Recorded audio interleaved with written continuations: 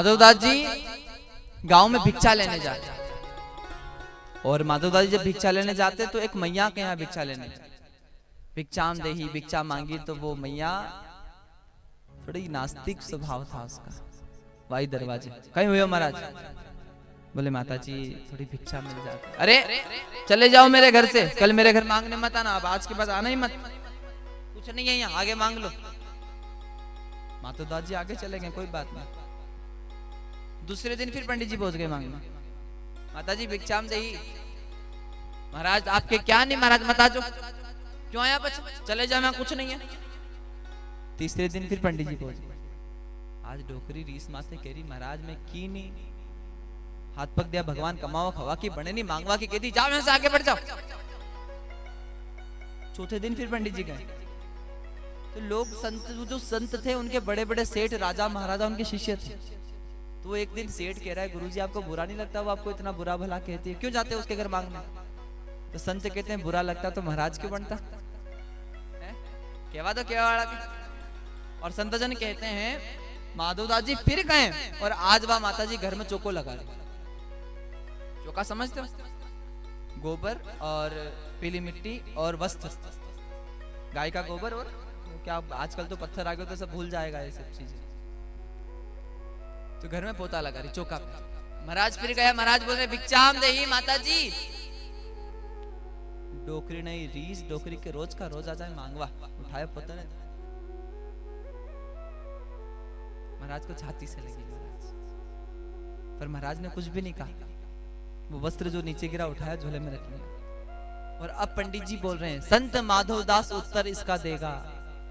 संत माधवदास आज ये डोकरी डर गई, आज गुरुजी क्रोध आ गया, गुरुजी श्राप देवेगा मार, गुरुजी क्षमा कर दो महाराज, मुझसे गलती हो गई, अपराध हुआ, क्षमा कर दो। गुरुजी कह रहे नहीं, संत माधवदास उत्तर तो इसका देगा, और पोता तूने दिया है मुझे तो पोता ही तुझे मिलेगा।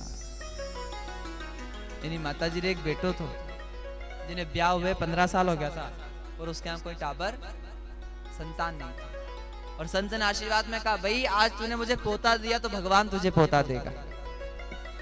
अब वो संत माधवदास जी जगन्नाथपुरी भगवान के मंदिर में गए, उस वस्त्र को साफ कर दिया। कौन सा वस्त्र? जो पीली मिट्टी गोबर लगा हुआ है, कीचड़ में लथपथ था, उस वस्त्र को साफ किया, सुखा दिया। शाम का समय हुआ, उस वस्त्र की बाती बनाई। वस्त्र की बाती बड़े दिए में अच्छी चलती है, उसी वस्त्र की बाती बनाई, जगन्नाथ भगवान के मंदिर में उसका दिया लगाया गया। अब उस दिए में जब वो दिया प्रज्वलित हुआ तो उसी प्रकाश में भगवान जगन्नाथ की आरती उतारी गई। कहां था?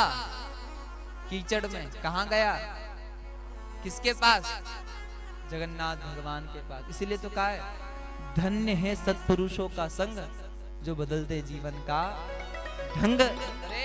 कबीरा यह मन मनिन है, धोए न छूटे रंग, के छूटे हरि नाम से या संतों के संग। मन की गति तभी सुधरेगी जब संतों का संग होगा या मुख पर हरि नाम। 1 साल बाद डोकरी रा छोरा घर महाराज टाबर हुआ, पोता हुआ। गांव की माताएं आई गीत गाने। आप सभी को पता होगा कि जब पुत्र महाराज बधाइयां, तो गांव की माताएं पूछ रही है, अरे जीजी थारा बेटा रे ब्याह हुए परनिया के तो महाराज 15 साल हो गया, पर कोई टाबर ही नहीं थे, कोई उपाय करी? आपने कौन सा उपाय कर दिया? आपने क्या महाराज किस डॉक्टर से, किस संत से पूछा जो 15 वर्ष बाद आपके बेटे को पुत्र हुआ है? हमें भी बता दो। पर डोकरी केरी, महारा घर एक महात्मा आया, एक साधु आया था। तू गांव की माता का, अच्छा साधु ने कुछ दिया होगा? अरे कुछ नहीं दिया। फिर घर में बुलाकर उनको भोजन कराया होगा? अरे भोजन भी नहीं कराया भाई। तो फिर आशीर्वाद मिला? बोले हाँ आशीर्वाद तो मिला, पर तूने क्या सेवा की संत की? बोले मेरे घर संत आए थे तो पोता दियो ना प्रेम से, मैं तो दियो मार, पर ऐसे पुण्य से सकी मेरे पोता खेलत द्वार। जो मैं ऐसे संत को देती प्रेम प्रसाद, तो घर में सुत उपजते जैसे ध्रुव और प्रहलाद। ऐसे संत को मैं बुलाती, घर में भोजन कराती, तो मेरे घर पोते का ही जन्म नहीं होता, मेरे घर ध्रुव या प्रहलाद का ही जन्म हो जाता। ये संत कृपा। संत बहुत दयालु होता है। एक घड़ी आदि के, तुलसी संगति साधु की हरे कोटि अपराध।